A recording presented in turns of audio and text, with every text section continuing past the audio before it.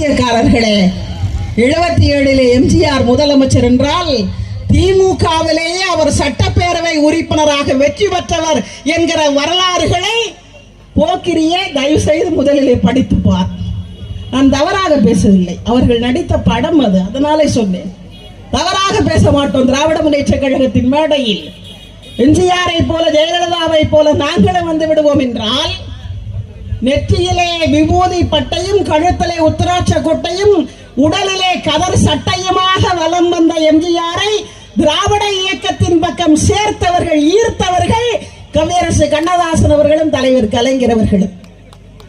அதற்கு பின்னாலேதான் அவர்கள் திமுகவிலே சேர்ந்தார். அன்றைக்கு மத்திய அரசாங்கத்தினுடைய அரசியல், அவர் திமுகவை விட்டு வெளியே போனார், தனி கட்சி தொடங்கினார். 77 எம்ஜிஆர் முதலமைச்சராக வந்தார். எல்லோரும் எம்ஜிஆர் ஆகிவிட முடியாது, எல்லோரும் ஜெயலலிதாவாகிவிட முடியாது. தாடி வைத்தவரெல்லாம் பெரியார் அல்ல, தலைப்பாகை கட்டியவர் எல்லாம் பாரதி அல்ல, பொடி போட்டவன் எல்லாம் அண்ணா அல்ல, பேனா எடுத்து எழுதியவரெல்லாம் கலைஞர் அல்ல.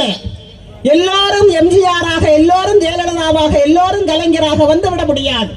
தமிழ்நாட்டிலே இருக்கிற அனைவருக்கும் நன்றி. வாய்ப்பு இருந்தால் அடுத்த மேடையிலே சந்திப்போம். நன்றி, வணக்கம்.